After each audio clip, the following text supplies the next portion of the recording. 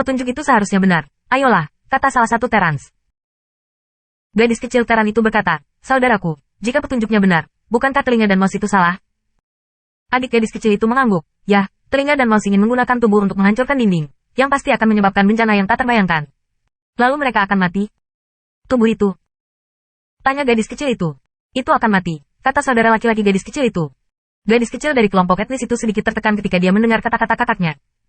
Setelah mendengar daging dan menyebut-nyebut Jiuli, gadis kecil di hati itu membangkitkan perasaan kedekatan. Dia selalu merasa bahwa orang ini memiliki hubungan dengan Jiuli. Sangat disayangkan bahwa saya mati di kuil surga. Apakah kamu ingin mengingatkannya? Tanya gadis kecil itu. Adiknya mencibir. Jangan bilang kalau dia akan mempercayai kita. Bagaimana kita menjelaskan asal-usul petunjuk ini? Katakan padanya bahwa kita adalah keturunan Jiuli, yang memperlihatkan identitas kita. Ketika saudara lelaki mengatakan ini, dia tiba-tiba diam. Sejak kejatuhan Jiuli, mereka bersembunyi di Tibet hampir sepanjang hari. Dalam beberapa tahun terakhir, saya sedikit tenang, tetapi saya selalu hidup dalam kegelapan. Sulit untuk mengekspos identitas mereka di sisi lain, Bang.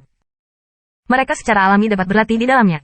Namun, identitas orang-orang Jiuli sangat sensitif dan tidak boleh diekspos dalam keadaan apapun. Pejalan kaki itu terus bergerak maju, menggambar pola aneh di lorong itu.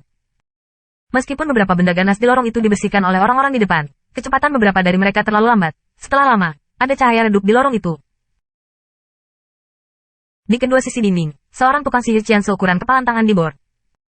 Meskipun jalan ketujuh adalah jalan paling sederhana, keluhan biru ini juga sangat berbahaya. Ketika banyak alien lewat, banyak jiwa yang mati di tangan para pengaduan biru. Para alien hampir membunuh masa lalu. Hei! Setelah keluhan biru keluar dari dinding, mereka menyerbu ke arah mereka. Saudaraku. Setelah gadis Teran merasakan nafas, dia tiba-tiba panik. Kotak, debu, kakaknya sangat tenang. Orang-orang Jiuli sangat siap meskipun mereka adalah orang pertama yang memasuki kuil surga. Mereka sangat akrab dengan bagian ini dan makan keluhan biru. Seseorang mengambil bubuk perak dari cincin kumis. Oh. Memberikan bubuk perak kepada semua orang, dan permukaan jiwa mereka berkilau dengan kilau perak cerah. Pada saat ini pemandangan aneh muncul, dan keluhan-keluhan biru itu tampaknya menjadi lalat tanpa kepala. Mereka jelas merasakan nafas roh matahari ini, tetapi mereka tidak dapat menemukannya bahkan ketika mereka sudah dekat, mereka hanya bisa melayang di atas kepala mereka. Bubuk timbangan perak ini benar-benar efektif, pria bernama Kisi itu tertawa. Sekelompok orang berjalan di bawah mata keluhan biru, setelah lebih dari 10 kaki, beberapa orang mulai menggambar pola. Karena bubuk timbangan perak telah digunakan, itu sudah cukup untuk memastikan keselamatan mereka. Untuk meningkatkan kecepatan, mereka meninggalkan satu orang untuk menggambar polanya, dan kemudian menunggu sampai polanya digambar sebelum mengejar ketinggalan dengan tim. Setelah lama bekerja, akhirnya mereka sampai di ujung lorong. Yang ke-9 dan 49, ini yang terakhir. Salah satu dari mereka berkata sambil berlutut dan menggambar sebuah pola. Ketika polanya digambar, saudara gadis kecil itu berkata, kamu akan kembali. Ketika selesai, ia membuka lipatan telapak tangannya, menggambar garis-garis tipis dan panjang di tengah telapak tangannya, yang tampak agak mirip dengan sisi lain kunci. Setelah dia meletakkan telapak tangannya pada polanya, pola pertama di pintu masuk ke jalur ke-7 mulai memancarkan cahaya kemasan yang samar. Hei! Hei! Hei! Pola pertama. Pola kedua. Pola ketiga. Pola seluruh saluran mulai bersinar secara berurutan, dan itu menjadi rantai panjang ribuan kaki. Setelah pola ke-9 ke-43 diterangi, seluruh bagian itu mulai bergetar hebat. Getaran dari bagian itu ditransmisikan ke seluruh kuil surga, dan orang-orang yang telah melewati bagian itu merasakan keterkejutan. Sepertinya datang dari belakang. Bukankah salurannya runtuh? Pokoknya bawa dia, kita sudah masuk. Kita harus kembali. Orang-orang ini berkata begitu, tidak ada yang mau kembali dan menyelidiki. Gemuruh. Seluruh jalan ke-7 secara konstan terdistorsi, dan kelompok mereka juga diguncang oleh pengkhianat, dan keluhan-keluhan biru di mana-mana mengalir ke dinding. Setelah proses memutar berlangsung untuk sementara waktu, dinding di kedua sisi mulai menyempit, dan pada saat yang sama, suara-suara terdengar, dan dinding di sisi orang membuka satu pintu sendiri.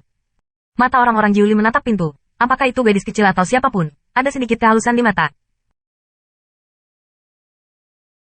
Ada patung kecil di pintu, yang sama dengan patung di aula kuil surga, tetapi detailnya agak berbeda, dan 3 batu giok lonjong ditempatkan dengan rapi di depan patung. 3 warna batu giok berbeda, cian, merah dan ungu. Adik gadis kecil itu membungkuk ke patung di pintu. Dewa ke-7 langit, tolong maafkan saya karena mengganggu.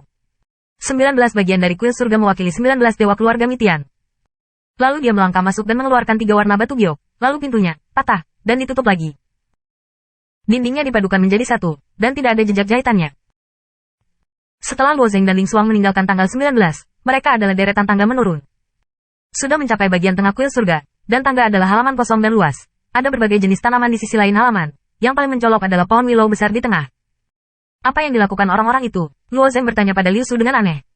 Pohon willow ini menggantung ratusan cabang, dan di ujung cabang itu, seorang roh heteroseksual mengisap rakusnya ke dalam mulut. Mereka merokok esensi Willow suci, tikus telinga menjelaskan. Sebelum anomali di medan gelap, salah satu tujuan yang di sisi lain untuk membuka kuil surga adalah pohon Willow ini. Efek dari esensi Willow suci mirip dengan jiwa, dan bahkan efeknya sedikit lebih baik. Alasan mengapa jiwa alien yang bergegas ke bagian ini adalah untuk mengambil langkah maju dan menempati cabang, mengisap esensi sumsum suci-suci. Setelah semua, esensi Willow suci terbatas. Roh-roh jiwa yang tidak dapat menempati cabang Willow mencari kecoa di halaman. Beberapa tanaman langka juga dapat menanggung token unik di sisi lain. Jika Anda beruntung, Anda juga bisa mendapatkan sesuatu.